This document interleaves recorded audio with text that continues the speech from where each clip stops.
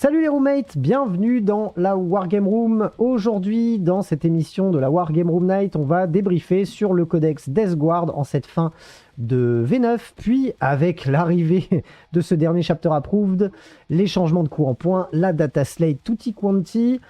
Pour ceux qui n'auront pas l'habitude de ce format d'émission, on débriefe de manière globale sur le codex, sans entrer vraiment dans les gros détails, sinon la vidéo durerait 3 heures. On va aborder un petit peu le fluff, un petit peu le gameplay, les règles générales, les unités qu'on aime bien, les unités qu'on aime moins, ainsi que quelques listes pour pouvoir démarrer ou se perfectionner sur l'armée Death Guard. Je suis en compagnie, comme d'habitude pour cette émission, de Cyril, et en compagnie de notre invité spécialiste de la Death Guard, Bob l'éponge. Salut les gars, comment allez-vous? Salut Félix. Salut, ça va très bien. Content, en plus on reçoit notre petit Bob l'éponge. En plus pour parler de la Death Guard, des pourritures, on est bon là, le chaos en force. Moi je suis ravi d'être parmi vous pour pouvoir parler de mon codex de cœur qui est plus qu'un codex de cœur, c'est presque un style de vie. Il le fait. Ça fait plaisir. Bon, pour ceux qui ne suivent pas trop les lives sur Twitch, oui, j'ai les cheveux roses, j'ai la barbe rose. C'est un gage pour une précédente cagnotte qui a eu lieu donc sur Twitch pour aider le studio à se développer. Et donc c'était mon gage si on atteignait les seuils, et comme vous avez tout fait péter, et ben voilà, je me retrouve comme ceci. Donc je voulais faire ça une semaine où il y avait beaucoup de tournage, comme ça au moins on va pouvoir immortaliser cette coupe de cheveux et cette barbe, parce que je vous le cache pas que je vais pas garder ça 1000 ans, parce que j'ose plus sortir de chez moi. Donc voilà, pour ceux qui ne savent pas et qui comprennent pas pourquoi je me pointe comme ça, ce n'est pas un choix personnel, c'est un gage. Donc voilà. Que rajouter de plus? Comme d'habitude dans cette émission, on vous donne notre avis sur le codex à l'instant T. Bien évidemment, les règles, comme vous le savez pour la plupart d'entre vous, ont tendance à changer très régulièrement et de manière même vraiment très rapide. Donc, c'est à prendre avec des pincettes. Bien évidemment, c'est notre analyse. D'autres personnes vous en diront très certainement d'autres choses. Donc, ça reste des avis quand même assez subjectifs. Donc, ne vous inquiétez pas si on n'est pas complètement raccord avec vous, ce que vous pensez de l'armée. Et d'ailleurs, au passage, n'hésitez pas dans les commentaires à nous reprendre sur ce que vous aimez moins, sur ce que vous auriez dit, etc. Et on vous répond. C'est le but. Et on vous répond. Et c'est le but, c'est de créer de l'interaction. Et on apprend beaucoup de choses. Carrément. Beaucoup de choses. Carrément. Et du coup, eh bien... À lire son codex, par exemple. Oui, déjà, déjà ça peut être une bonne chose. Et d'ailleurs... Dédicace à Mathieu. Ouais, de ouf. Avec une petite transition, nous allons pouvoir attaquer la première rubrique. Dans cette introduction à la Death Guard, je vais laisser la parole à Cyril puis à Bob pour vous faire un petit récap, un petit laïus sur le fluff, l'historique, le lore, l'histoire de la Death Guard. Je crois que Cyril, tu nous as préparé un petit truc. Je pense que Bob en plus pourra en rajouter, puisque Bob connaît, on va dire, plutôt par cœur l'histoire. Je t'en prie Cyril, et je t'en prie Bob, faites-vous plaisir. Alors, que dire de la Death Guard? Une armée charismatique, parce que paradoxalement, dans le fluff, alors moi j'ai parlé plutôt fluff, Bob lui partira peut-être sur le plus récent. Paradoxalement, dans le fluff, c'est une des armées les plus vieilles, c'est-à-dire qu'au niveau historique, on en a toujours parlé au niveau des livres de règles, au niveau Game Workshop, on a toujours fait des présentations, mais paradoxalement à côté, c'est une des armées les plus récentes ayant sorti en figurines. À l'époque, on avait beaucoup de conversions. On a tous vu le Baneblade des Plagues Marines, on a tous vu dans le White Dwarf 106 la sortie du Predator Ball, ça devrait te faire plaisir, mon petit Félix, des Blood Angels, avec le nouveau châssis Rhino. Ils avaient fait à l'époque un historique de la peste de typhus, avec les zombies qui étaient autour de ce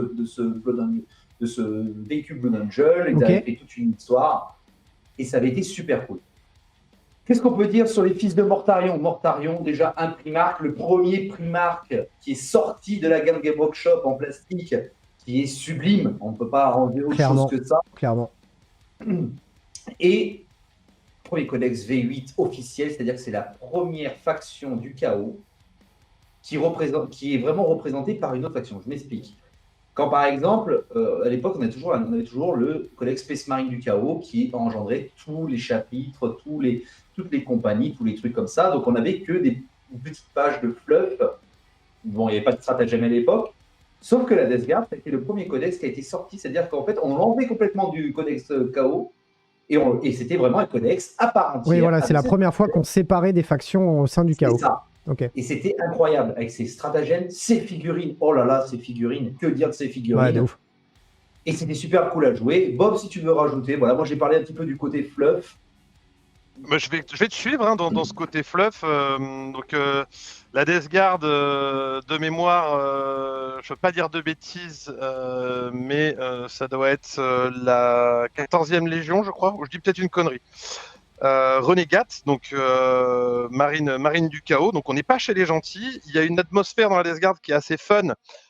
Parce que leur dieu titulaire, c'est le dieu des maladies et de la corruption, qui est un peu comme un Père Noël, c'est-à-dire que c'est quelqu'un de généreux, c'est-à-dire que vous voulez plus de récoltes, Nurgle vous donnera plus de récoltes, malheureusement il y aura une contrepartie, et peut-être que des insectes de taille beaucoup plus grande que d'habitude viendront butiner dans vos récoltes. Donc la Death Guard, c'est ça, c'est la joie d'offrir des maladies, de les répandre à travers la galaxie.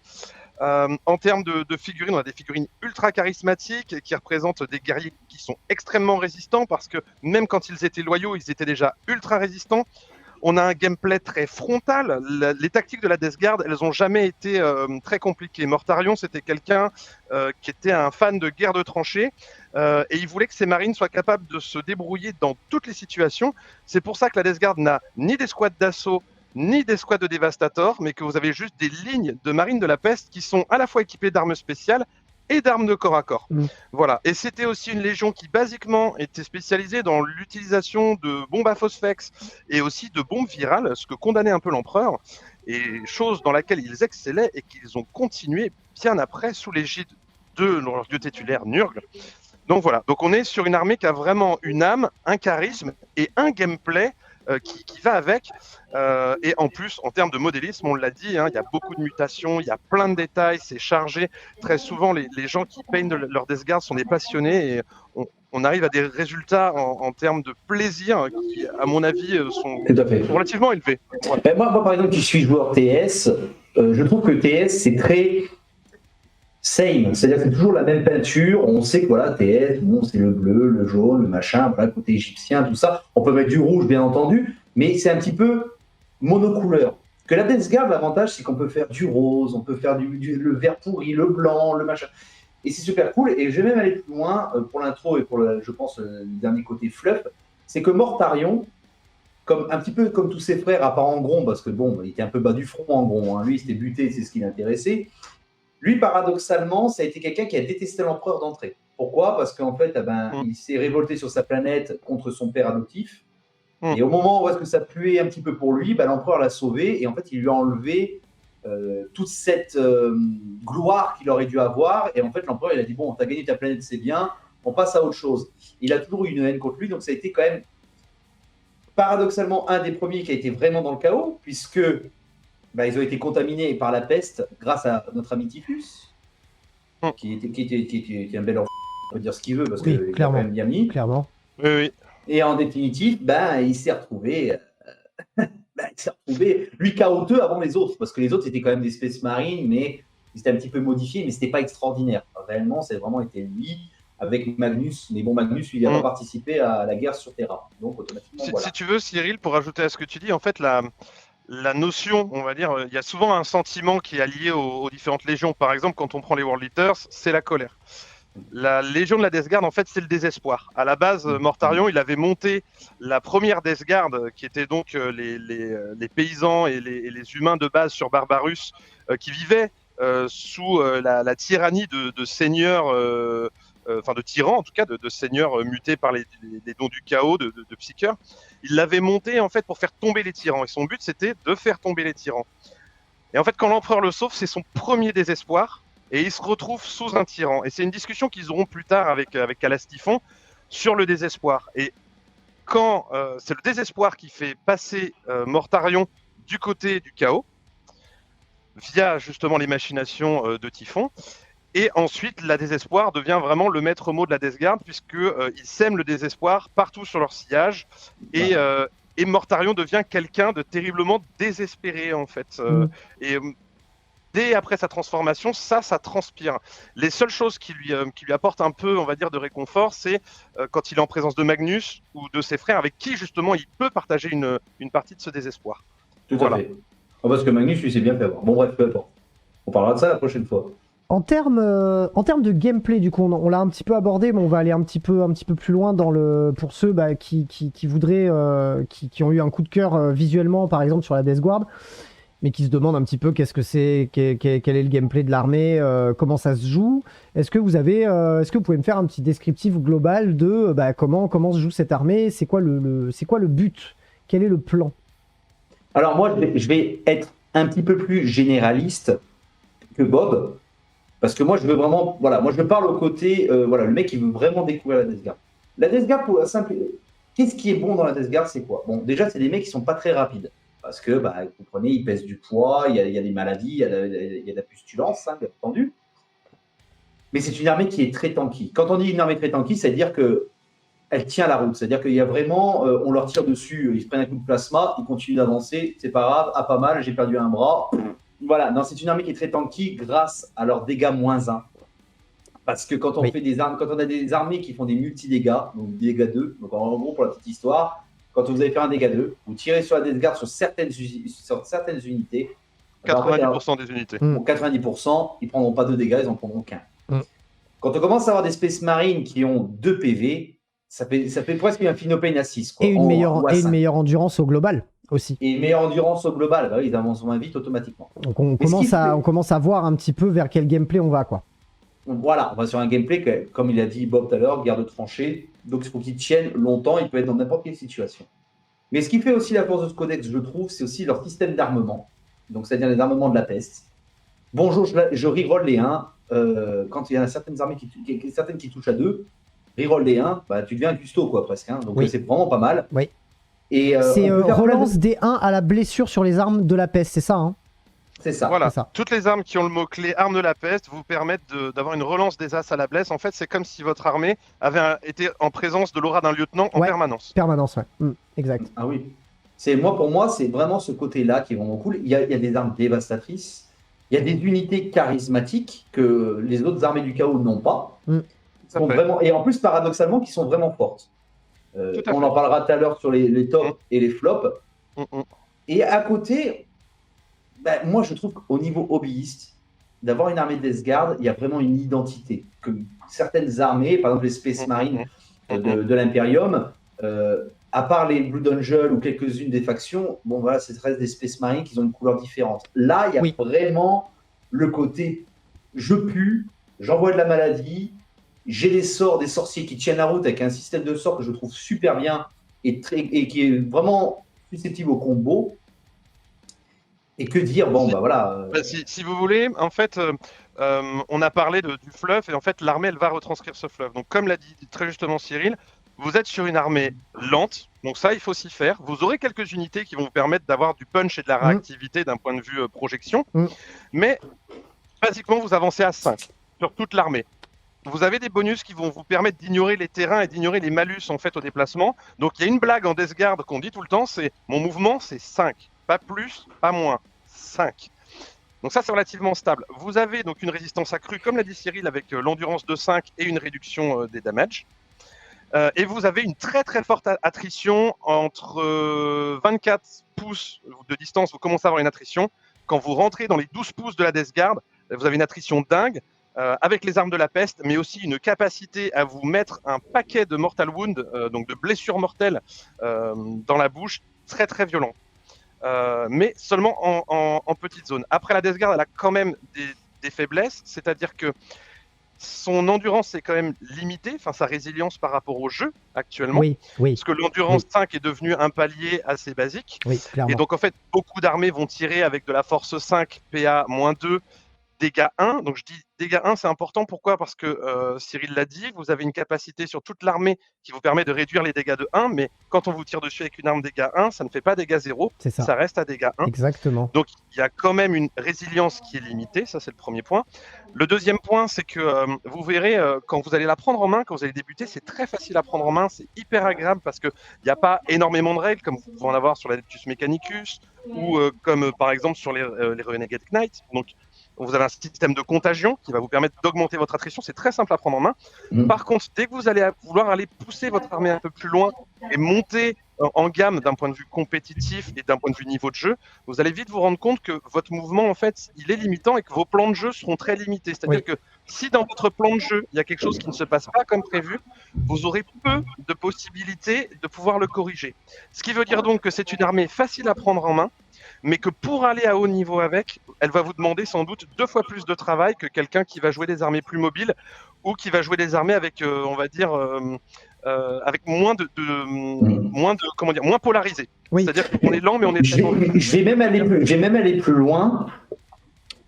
Je trouve que la Death Guard, par rapport à beaucoup d'autres armées, malheureusement, le gameplay est le même. Même si tu prends d'autres compagnies, même si tu prends d'autres trucs, malheureusement et heureusement, parce que ça permet d'avoir quand même un système de jeu qui est plus ou moins toujours le même. Mais par contre, tu fous 10 Terminator, tu fous 10 Plague Marine sur un objectif, bonne chance pour les enlever. Il faut vraiment y aller. C'est ça le truc. C'est ce qui fait la force de la Death Guard, je trouve. Tout à fait. Le dernier point sur lequel on peut aussi dire en termes de faiblesse, c'est que c'est une armée qui a aucune défense native contre les mortals. C'est-à-dire que dès que l'adversaire, par exemple, vous tombez contre du Thousand Sun, il va vous spammer de la mortale dans la bouche. Ouais, c'est vrai qu'il aime pas horrible pour il aime pas du tout le DG. Parce qu'en fait, vous allez tout ranger. Un tyrannide qui vous envoie masse spell, vous allez ranger. Donc ça c'est un peu compliqué. Mais somme toute, il existe pas mal de façons de contrer ça. On l'amènera derrière. On a dit aussi qu'on parlerait avec Ark of Omen. Avant Ark of Omen, l'armée avait l'Armor of Contempt. Donc c'est-à-dire la réduction de la PA qui les impacte de 1. Aujourd'hui, à l'heure de maintenant, puisque c'est tombé cette semaine, elle ne l'a plus. Exact. Je vais donner juste un petit point méta.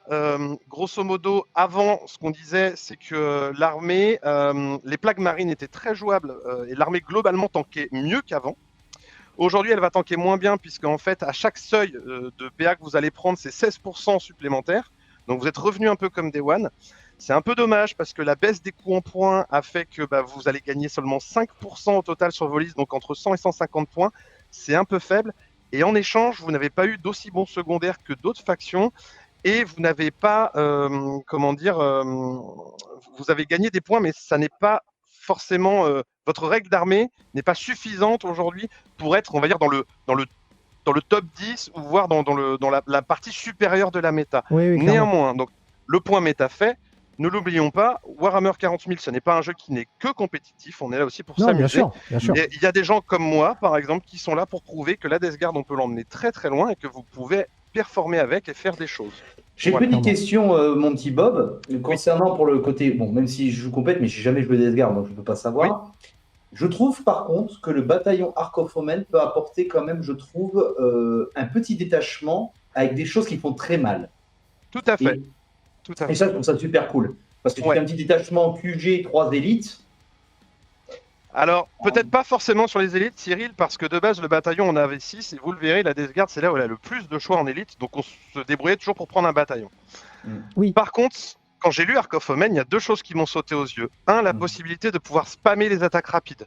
Et vous verrez, en attaque rapide, on a des machines démons qui sont propres à la Death Guard et qui vous apportent, tout à l'heure je dis l'armée est lente, mais qui vous apportent la mobilité et de la réactivité de jeu. Et ça, c'est très plaisant et je pense que le futur moi, j'avais pensé pour les persos.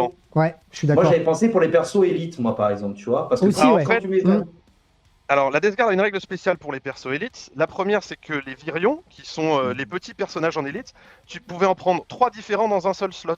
Donc en fait, ça te gênait pas. Oui, c'est vrai. T'avais un slot qui était réservé. Mais à côté, si tu veux jouer du Terminator, tu veux jouer du truc, bon, tu perds quand même. Ça gênait pas. Ouais. Là où par contre Ark of Omen aurait pu apporter quelque chose d'important, c'est il existe une armée de renom qui est sortie l'année dernière. Terminus Est, voilà. Et donc moi, ce que j'ai vu quand j'ai lu Ark of Omen, j'ai fait waouh, je peux avoir jusqu'à 12 troupes. Ok, super. J'ai fait ma première liste d'armées que j'ai faite, c'était 120 pox, 110 pox, 50 plaques marines, 5 des shrouds. Sauf que ça n'a pas été beaucoup communiqué par Game Workshop. En tout cas, pas de façon textuelle. Si vous l'avez raté, amis du chat, faites attention. Le supplément Charadon, qui est sorti à cette époque-là, n'est plus valide depuis le 1er janvier. Ouais. Comment Adieu, ça, donc, tu veux dire que Terminus tu as Est. acheté ton livre à 45 balles pour 2 pages de règles de la Death Guard, et en plus, putain, ils sont forts. Hein. Ils sont forts. Hein. Donc adieu Terminus Est, malheureusement, et aussi pour ceux qui sont dans le chat et les viewers sur YouTube, adieu Cult of Strife, adieu. Donc je vous Ah, engage à aller. d'accord. Putain, oh, tu fais bien de le dire. Tu fais très bien de le dire Adieu pour Cult le. of Strife, Ok. adieu. Qu'est-ce qu'il y a d'autre La cohorte Skitari, Ouais, adieu le d'accord. supplément Blood Axe, voilà. Le Donc allez voir sur le supplément site de Bloody Game Rose, tout Workshop. ça là. Bloody Rose, lui, il reste, mais Notre-Dame des Smarties, lui, il s'en va. Ok, Notre-Dame des Smarties. Très bien. C'est extraordinaire. ok. C'est extraordinaire. Voilà. On va Donc, s'arrêter mais- là du coup sur le gameplay, sur l'intro, Ouais. sauf si vous avez quelque chose à rajouter. Non, je pense que. Ah, si, on a oublié un truc. Oh putain. Bob, je le sais. Les auras de la contagion, que je trouve que c'est un gameplay qui est tellement chiant, mais tellement Death Guard. Ouais, je pense que Mais ça, on va pouvoir tellement l'aborder Death dans les règles générales. Là, c'était vraiment Ouais. pour décrire Ouais, un ouais. petit On peu va parler l'armée sur pour les ceux règles. qui débarquent sur le jeu et sur l'armée Death Guard. Et on va échanger un petit peu avec vous avant de passer à la suite. Passons à la suite. On continue sur cette petite analyse du codex Death Guard en cette fin de V9 avec l'arrivée donc du dernier chapter approved, de la baisse de coût en point, de la data slate, le cumul des règles, merci Games Workshop. On va enchaîner avec les règles générales, que ce soit les règles générales liées à l'armée, éventuellement quelques stratagèmes, reliques, traits de seigneur de guerre. On va survoler un petit peu ça pour vous en apprendre peut-être un petit peu plus sur la façon de jouer cette armée Death Guard et ce qu'on a beaucoup aimé, en tout cas en termes de règles un peu plus générales sur ce codex. Moi, pour ma part, je vais vous dire direct ce que je kiffe, comme ça après vous pourrez enchaîner, on pourra débattre là-dessus. Moi, ce que je kiffe sur la Death Guard, vraiment particulièrement, c'est cette réduction des dégâts de 1 et cette aura de contagion qui permet en fait autour de notre armée, selon le tour de jeu auquel on est, de diminuer l'endurance des figurines que l'on va affronter. Et je trouve que cette règle est particulièrement très très dure à affronter, surtout quand on a de l'endu 4 et qu'on passe d'un coup à de l'endu 3 par exemple, ou encore pire, quand on a de l'endu 3 et qu'on passe à endurance 2. Ça fait que la Death Guard va clairement avoir quand même un gros bonus pour venir nous savater au corps à corps. Et moi, ça c'est une des règles que j'aime le plus, en plus d'une certaine relique qui permet d'étendre une aura de Fight Last, donc de frappe en dernier, sur un petit personnage élite que je trouve particulièrement chiant à affronter. Voilà, moi c'est un petit peu mes gros kiffs sur ce codex. C'est ce que je trouve en tout cas le plus intéressant, le plus game breaker, game changer. Donc voilà, moi c'est pour ma part ce que j'ai vraiment kiffé en termes de règles générales, c'est ça. Vous, qu'est-ce que vous en pensez et qu'est-ce que vous avez noté vous sur ce codex par rapport à ça? Alors, moi, je vais être plus généraliste et je pense que je laisserai l'approfondi pour Bob the Sponge. Je vais même rebondir sur ce que tu as dit, c'est que paradoxalement, ces règles-là s'accordent sur le fluff, sur le gameplay et sur l'aura de l'armée. Ce système d'aura, alors je m'explique, vous avez une escouade de Plague Marine. Et au T1, alors dis-moi, rappelle-moi, c'est 3 pouces, je crois, le premier palier. Le premier palier, 1 c'est pouce. 1 pouce. Et après, c'est Donc 1 pouce. 3. Donc c'est-à-dire, voilà. Donc, 1, 3, 6, 9, maximum 12, mais 12 c'est avec des spells. Ouais. Voilà, ça. Donc en fait, en gros, on va dire jusqu'à 9 sans les spells. Bien entendu. Donc les spells, c'est quand Voilà. elles sortent. Tout à fait. Le truc qui... Voilà. Donc en fait, ce qui se passe, c'est que je trouve ça super cool parce que c'est vraiment, pour un joueur débutant, tu te dis, bon, bah, le mec, il m'attaque au corps à corps, a pas peur, ils ont moins 1 en endu.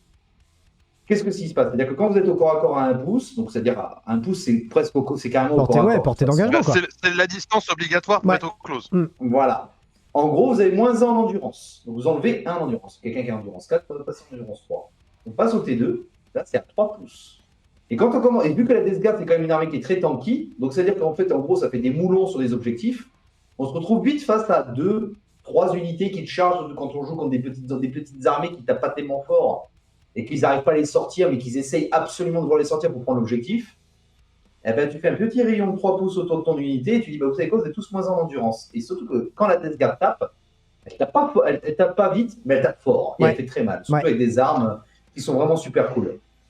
Ensuite, on va passer aussi, moi je vais peut-être élargir un petit peu le truc, on va passer sur aussi un système de magie il est vraiment super cool. Oui, c'est vrai, Franchement. ouais, j'en ai pas parlé, mais ouais, les sorts sont très intéressants. Moi, d'ailleurs, dans ma liste que je vais proposer, j'ai mis juste un psycheur. Enfin, le mec avec son bâton, là, je sais plus. La discipline de contagion, en fait, il n'y a pas, on va dire, des sorts très bourrins Non, et des sorts qui servent à rien. En fait, ils ont tous leur utilité. Il y en a quand même deux, trois. Il y en a trois, je crois, de mémoire, qu'on va utiliser plus que les autres. ouais, Ça, Qui c'est sort du clair. lot. qui sont Qui sort du défensifs Mais lot. en là, plus. voilà. Alors ouais, essentiellement du défensif, mais globalement, la discipline, elle est bien. C'est-à-dire que si je devais lui donner une note sur 10, je dirais qu'on est à 7 sur 10, parce que 7, c'est le meilleur chiffre, c'est le chiffre béni de Nurgle. Et donc 7 sur 10. C'est une discipline avec de bons outils, avec une bonne stabilité. Tout à fait. Moi, en tout cas, sur le système de magie, en plus, je le trouve cool. Franchement, en plus, je la trouve cool. Parce que c'est rigolo, on arrive à créer des combos, à créer des frustrations, et je trouve ça super cool.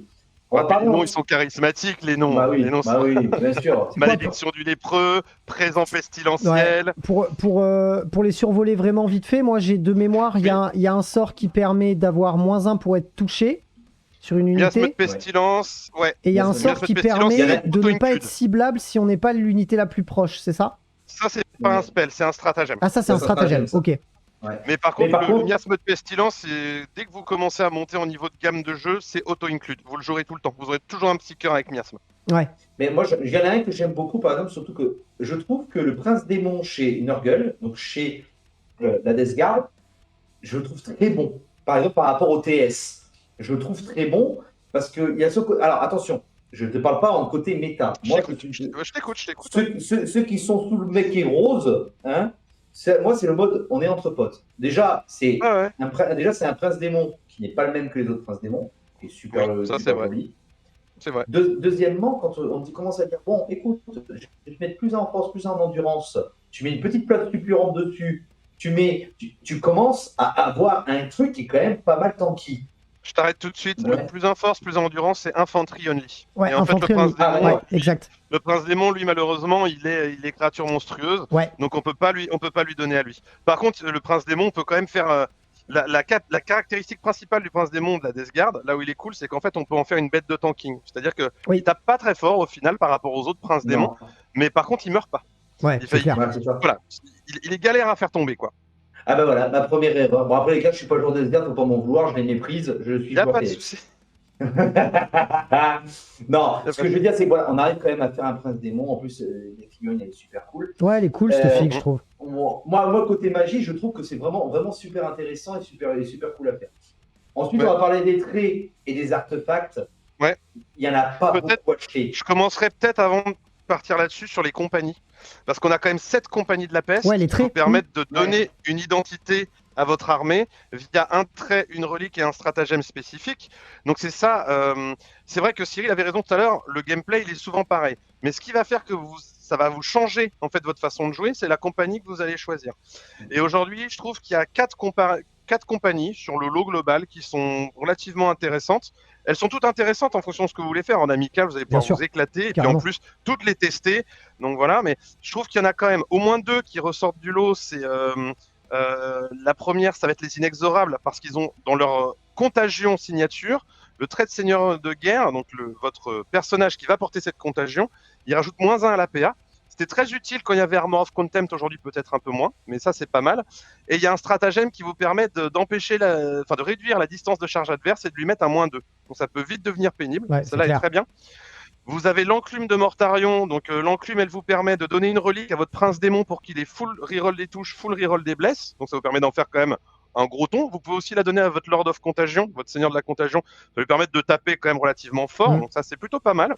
Vous avez un stratagème qui permet de faire des interventions héroïques, pas forcément ultra utile, mais ça vous permet quand même de changer la géométrie de la partie en jeu, et donc de mettre des nœuds dans la tête de votre adversaire. C'est contrable, mais ça existe et c'est plutôt un bon outil.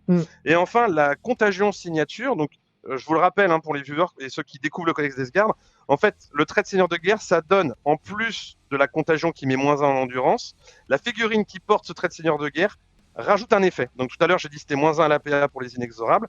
Dans le cas de l'enclume de Mortarion, c'est la gouaille gargouillante qui interdit les rerolls, donc les relances des touches et des blessures, et qui en plus interdit les Overwatch. Mais ça, c'est Ça, extraordinaire. c'est relativement extraordinaire. patate. C'est clair. Je ne peux pas relancer. Quand tu commences à jouer contre du Custo, du Votan, des machins même des Eldar qui ont beaucoup de reroll, tu peux rien. Moi, je vais te dire un truc. En Iron Warrior, on ne peut pas reroller les blesses sur eux. T'imagines pas à quel point ça a changé. Et c'est fini.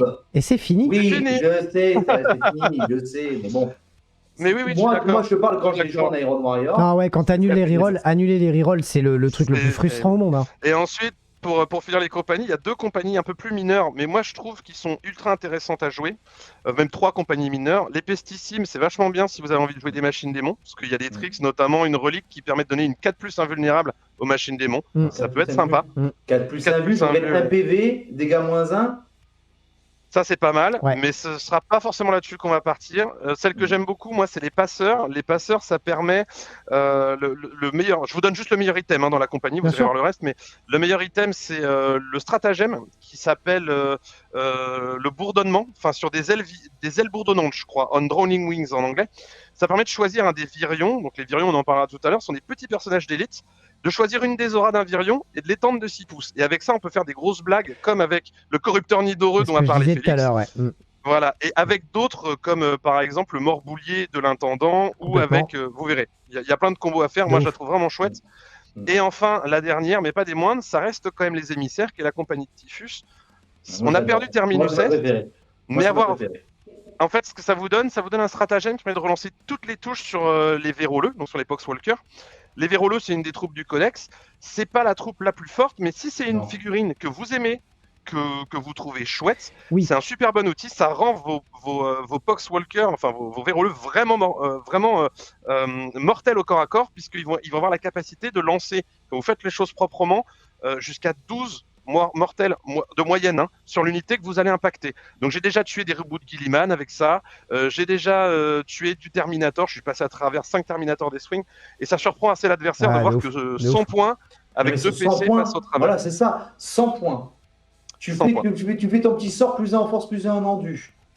T'as un Phinopane et en plus ça ripop. Tout à fait.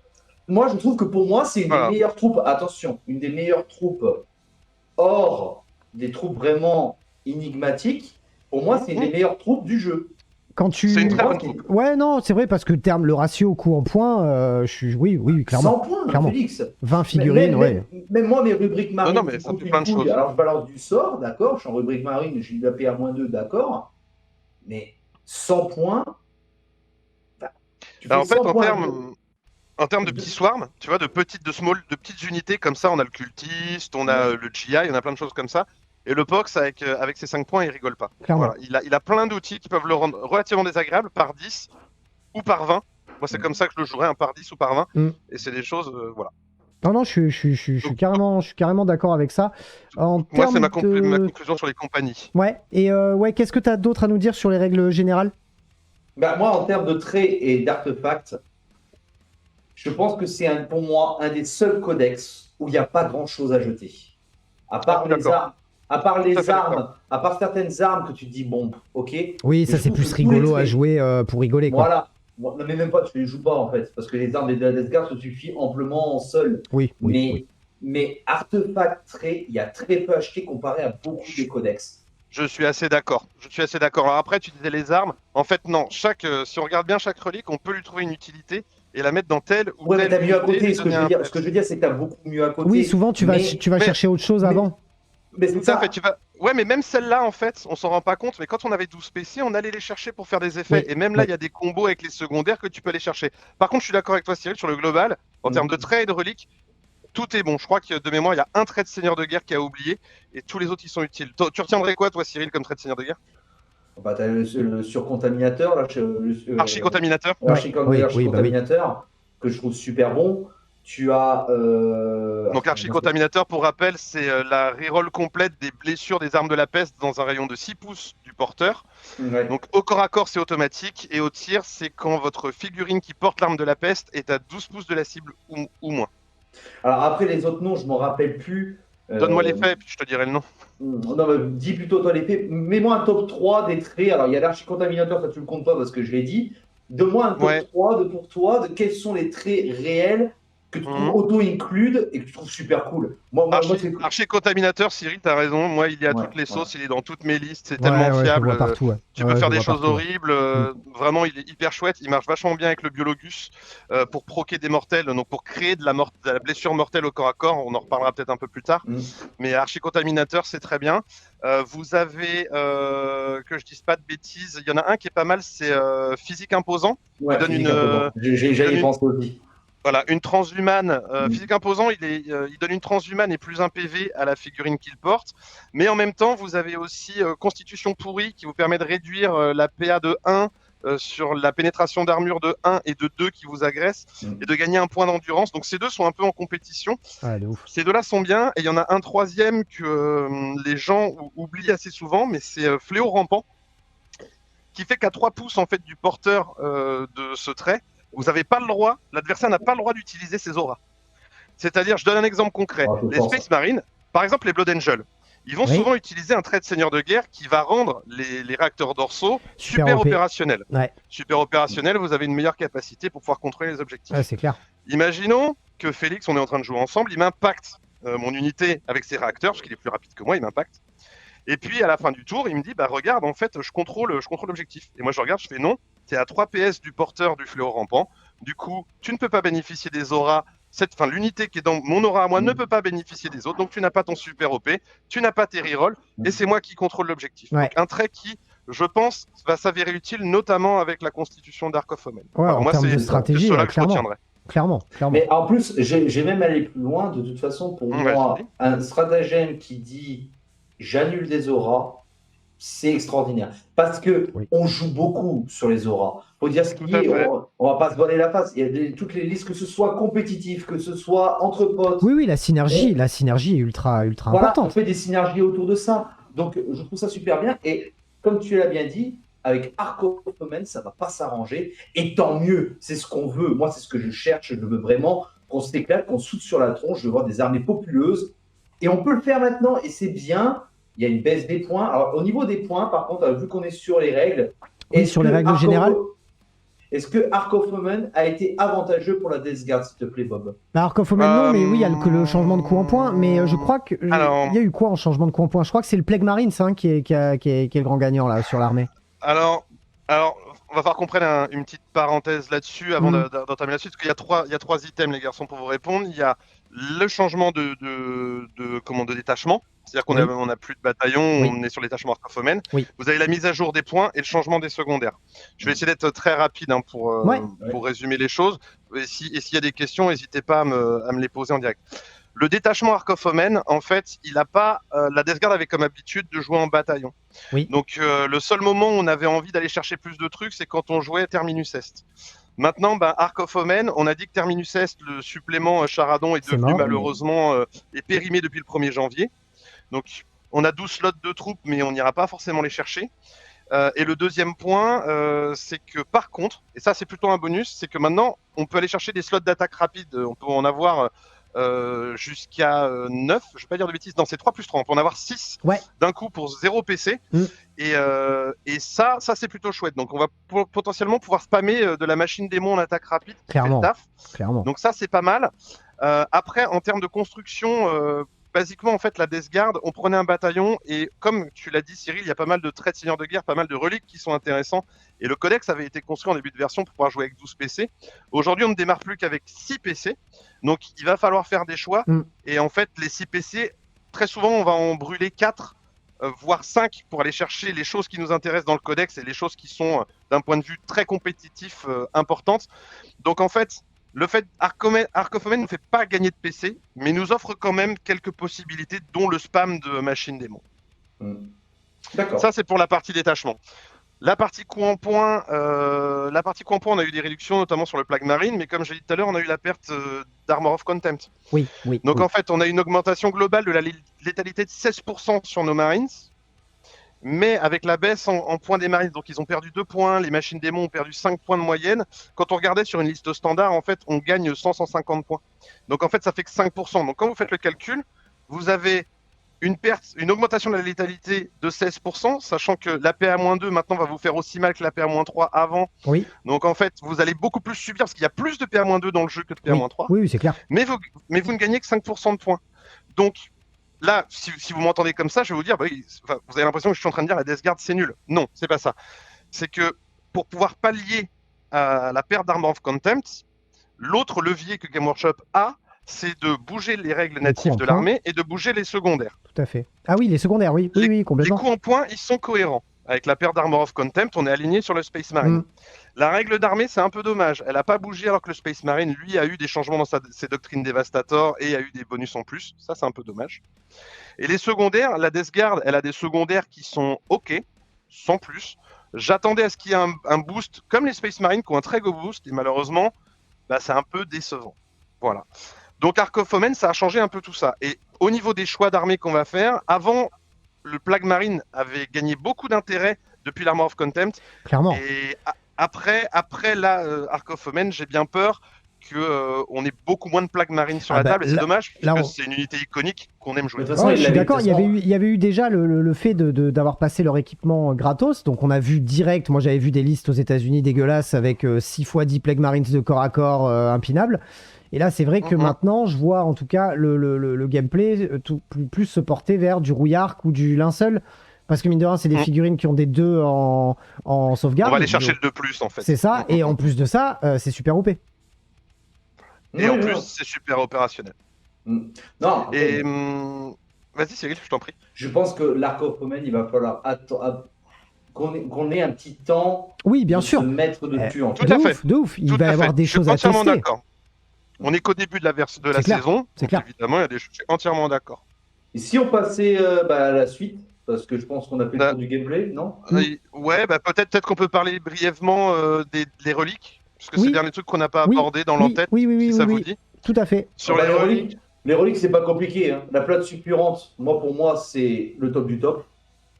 Moi, je trouve qu'avoir une 2+, et une 4+1 vue, c'est ça, si je dis pas de bêtises? Alors, c'est une 2+, qui permet de générer de la mortelle. Ok. Voilà. Moi, ce serait pas celle que je choisirais en premier, mais je t'en prie. Moi, je l'aime bien sur le Prince Démon. Moi aussi, c'est ce que j'allais dire, justement. C'était sur le Prince Démon. C'était ce qui le sauve, justement. Alors, c'est ce qu'on aurait tendance à prendre sur le Prince Démon, et vous avez raison, nativement, c'est ce qu'on a tendance à prendre. Sauf qu'en fait, le Prince Démon va plus avoir envie, en termes de reliques, si on joue l'enclume, de lui donner la ruche d'Insect Warp pour qu'il tape comme une vache, pour pouvoir avoir le full reroll. C'est ça. Et à côté de ça, on va avoir envie... Attends, pour les nouveaux, alors, c'est quoi le nom de cette relique que tu as dit, là? Ruche d'Insect Warp. Donc en fait, en gros, la ruche d'Insect Warp, c'est-à-dire qu'en fait, on va relancer tous ses jets, c'est ça? Oui, quand il va au corps à corps, en fait, il relance tous ses jets d'attaque et tous ses jets de blessure. Et c'est spécifique à une compagnie. Ouais, non, mais c'est extraordinaire. Ouais, oui, mais attends. C'est la meilleure configuration du Prince Démon. Et en trait de Seigneur de Guerre, on va soit lui prendre l'interdiction de reroll en bulle de contagion, soit on va aller chercher, comme on l'a dit tout à l'heure, le physique imposant, mais c'est peut-être mieux sur un Lord of Contagion ou sur un Lord of Contagion. Ou alors on va aller lui chercher la constitution pourrie ou le FNP à 5 dont on n'a pas parlé, donc Feel No Pain, c'est-à-dire que quand vous perdez un PV sur un 5+, vous ignorez cette perte de PV. Ça contre la blessure mortelle, c'est quand même pas mal. Parce qu'il souffre de la blessure mortelle. Ça peut être un moyen de sauver une figurine de ça. Enfin, sauver. Après, ce qu'on peut faire aussi, en relique, si on ne prend pas la ruche d'Insect Warp, il y a pour moi... donc il y a des reliques qui sont spécifiques aux petits personnages, on va y revenir après, mais en relique générale, le crâne pestiféré de Clotilde, qui est une espèce de grenade que vous activez et qui vous permet de mettre des blessures mortelles à la fin de la phase de mouvement, à 6 pouces du porteur. Okay. Donc ça permet de mettre des blessures hors phase, c'est-à-dire que je positionne mon Prince Démon, je peux directement cibler un personnage ennemi qui est dans les lignes, peu importe, je lance 7 dés, sur chaque 4+, c'est une mortelle, chaque 6 c'est D3 mortels. Ah ouais. Utilisable une fois par partie, mais ça permet de tuer potentiellement un personnage. Ah ouais, voilà. De ouf, putain, je la connaissais pas. Celle-là est très bien. Elle est sympa, Clotilde. Crâne pestiféré de Clotilde, c'est une des meilleures reliques de très loin. Et en relique générique, vous allez aussi aller chercher le Home de Fugarist, plus rarement. Qui est une relique qui permet de booster 3 pouces les auras. Ça marche vachement bien quand vous prenez par exemple un Seigneur de la Virulence et que vous lui mettez le trait archi-contaminateur. En fait, il se retrouve à avoir 3 auras différentes, concentrées sur le même personnage. Normalement, elles sont à 6 pouces. grâce au home de Fugaris, Elle passe tout ça à vous 9. permet tout à 9. Mm. Et en Death Guard, avoir des grandes auras, c'est vachement bien parce que comme vous allez avoir une phalange qui dépend des auras, plus votre bulle d'aura est grande, plus vous pouvez étendre votre phalange. Voilà. Pour les reliques spécifiques aux personnages, parce qu'il y a plusieurs petits personnages en élite, ils ont des reliques spécifiques. Moi, j'en retiendrai 2. Je retiendrai les cuves puantes qui vont sur le corrupteur Nidoreux. Donc en fait, ça fait une bulle de 6 PS dans laquelle, quand l'adversaire vous charge, il ne compte pas comme ayant chargé, il n'a pas de frappé en premier, il n'a aucun bonus lié à la charge. Il perd ses C'est un bonus de vos liés à la meilleurs charge. outils défensifs. C'est Voilà. dégueulasse ça, clairement. Meilleur bonus défensif de la Death Guard en termes de corps à corps. Et après, c'est le Morboulier. Et voilà, exactement, Félix. Mais Mathieu, il me le met tout le temps, le Morboulier. Alors je commence à avoir l'habitude, hein. Même si le nom me fait beaucoup rire, parce que moi, tu sais, je suis très primaire. Le Morboulier, ça me fait très très rire. Mais par contre, quand tu l'affrontes, ça te fait beaucoup moins rire, quoi. Je te laisse du coup nous en dire un peu plus. Le Morboulier, en fait, ça donne à votre intendant une aura de 6 pouces dans laquelle les 6 pour toucher deviennent explosifs. C'est-à-dire qu'un 6 fait 2 touches pour les unités qui sont dans cette aura. Ça ne marche que sur les unités bases, à savoir les plaques marines, les plaques les marines de la cac. peste. Non, ça marche pas sur le cac, c'est sur le tir. Sur le tir. Ah, Oui, sur le tir, sur le tir, voilà. sur le tir, autant pour moi. Les phalanges Mais de plague. parce que si c'est sur le CAC, c'est encore plus fort. Parce Non, que non, ça aurait été n'importe quoi. box. Non, ça aurait été n'importe quoi. Non, sur les phalanges de tir, que ce soit 10 plagues ou même 5, voire 10 thermies avec des fulgurants. Bien sûr. C'est exactement pénible. Là où ça devient très létal sur les plaques marines, c'est qu'ils ont la capacité pour un CP de pouvoir lancer 18 tirs de grenade plus un dé de 6. Exact. Le fameux combo grenade. Avec le Biologus, ça passe force 4, PA-1, dégâts 2, donc à 6 pouces, vous pouvez l'étendre à 12 avec un autre stratagème. En général, l'adversaire s'en rappelle parce que vos 6 vont devenir explosifs.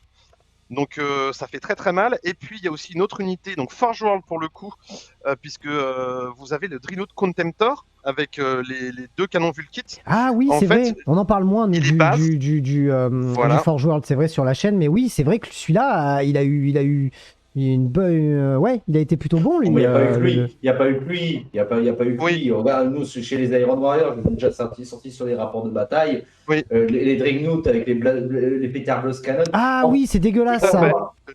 C'est dégueulasse, ça. Donc, alors, il y a des unités Forge World qui sont extraordinaires. Ça, c'est tout à fait. La différence, en fait, entre celle que tu cites, Cyril, et le Contemptor, c'est que le Contemptor, lui, il est base. Donc, il peut être affecté par les buffs des auras. Et donc par l'aura du Morboulier, ce qui fait que vous allez cracher 16 tirs, force 6, PA0, dégâts 2. D'accord. Mais chaque 6 que vous allez faire va vous rajouter une touche supplémentaire. Et la force du Dreadnought Contemptor, c'est que les 6 à la blesse rajoutent une mortelle en plus des dégâts. Donc sachant que vous êtes dégâts 2 et vous rajoutez des mortels sur du 6. Vous rajoutez une bulle de relance des As à l'intérieur. En général, les joueurs Death Guard, c'est une des rares armées qui a gardé le Contemptor parce qu'ils peuvent le synergiser très fort. Et très souvent dans les listes, et je pense que même aujourd'hui dans Ark of Omen et dans la suite, on en verra souvent un. Voilà pour ce que je peux vous dire en tout cas les garçons sur les reliques. Mais c'est merci très cool. Beaucoup de détails de ces règles. C'est très très cool, n'hésitez pas. Dis-moi, Cyril. Mais je pense qu'on n'a pas parlé d'une chose. Oui. Et c'est la question que je vais te poser, Bob. Si tu me dis encore que c'est ma couleur de cheveux, ça part en couille. Non. Je n'oserais pas, très cher ami. Rose. Non, ce que je veux dire, c'est que la question que je vais te poser, et je pense qu'on va faire bref, hein, qu'est-ce que tu penses des secondaires Ark of Omen? Ah oui, c'est vrai, les secondaires de la Death Guard. Qu'est-ce qu'on s'est chopé là? Alors, les secondaires de la Death Guard, je vais commencer par les secondaires et puis après je vais partir sur plus les génériques, comme ça on va tout faire d'un coup, mais je vais être très rapide. Le premier secondaire, c'est Vecteur de fuite. C'est un secondaire qui vous demande de tuer des tranches de 7 figurines chez l'adversaire pendant votre tour et pendant son tour. Quand vous tuez 7 figurines, avant, vous marquez 1 point. Quelle que soit l'arme utilisée, maintenant, vous en marquez 2. Quand vous tuez 7 figurines avec une arme de la peste, avec des armes de la peste, vous marquez 1 point supplémentaire. Donc, ça veut dire que si vous tuez de base 7 figurines avec des armes de la peste, vous marquez 3 points. 3 points, ouais. Ok. Pendant votre tour et pendant celui d'adversaire, hein. Attention. Hein, oui, donc tu peux arriver à faire 3 pendant ton tour et 3 pendant celui de l'adversaire, tu veux dire? C'est ça, tout à fait. Vous pouvez faire 6 en un seul tour de jeu. Ah ouais. C'est-à-dire tour d'adversaire. Et il y a une autre condition supplémentaire, c'est que si l'adversaire rate un test de morale, vous marquez 2 points de plus. Toujours pareil, pendant votre tour et pendant le tour de l'adversaire.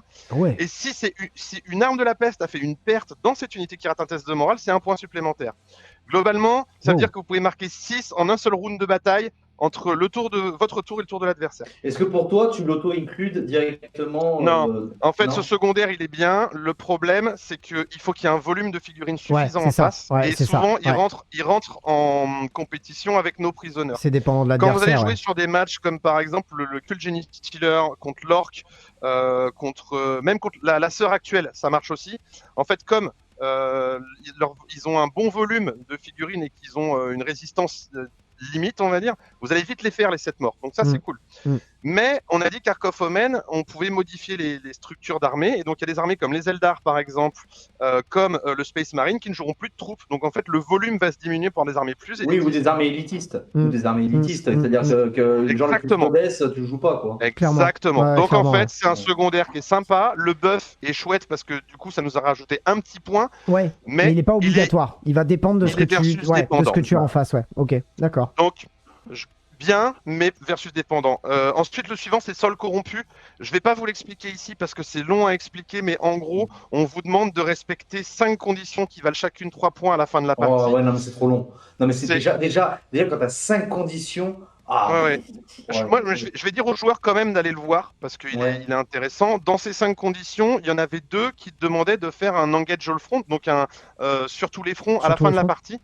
En gros, il vous suffisait d'avoir une figurine dans 3 quarts de table à plus de 6 pouces des autres quarts, ça vous faisait 3 points. Et si vous faisiez la même chose à 4 quarts, ça vous donnait 3 points supplémentaires pour un maximum de 6. En fin de partie, le nombre de conditions que c'est, tu joues Death Guard, t'avances pas. T'imagines le nombre de conditions que ça fait? C'est compliqué.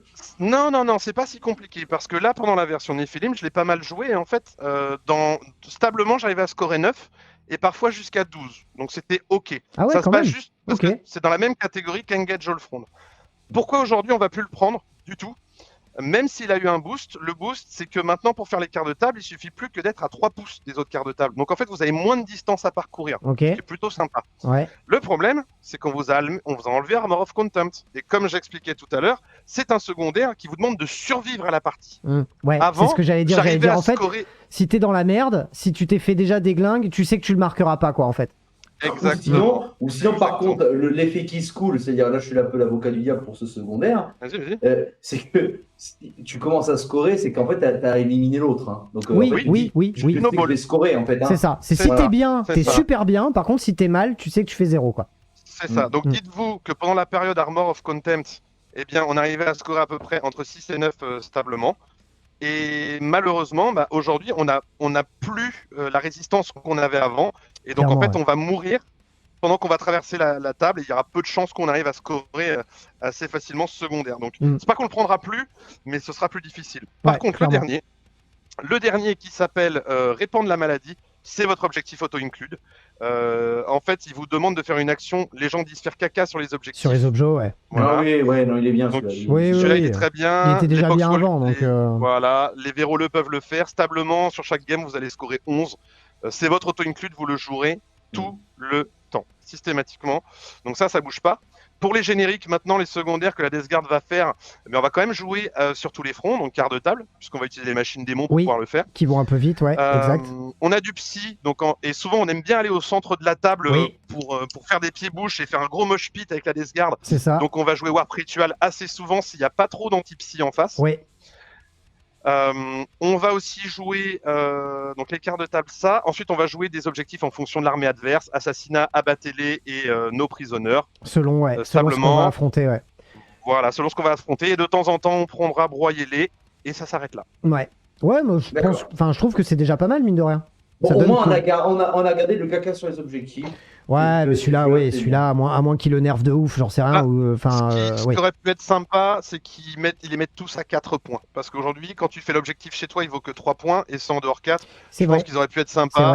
Dire, ok, la Death Guard, elle joue dans son mid-board. Faites-les tous à 4. C'est moins chiant pour les joueurs à comprendre, et c'est plus facile pour tout le monde, et ça fait 12 stable. Mais bon, ça reste ok, c'est 11 points, on prend, et dès que vous arrivez à voler un objet à l'adversaire, vous mettez 15. Donc, pour moi, c'est votre meilleur secondaire. Ouais, il est obligatoire, écoutez, c'est cool. Carrément. N'hésitez pas. Merci, mon petit Bob. N'hésitez pas à nous dire si on a oublié des choses qui vous paraissent importantes, que ce soit via le chat ou dans les commentaires directement sur YouTube.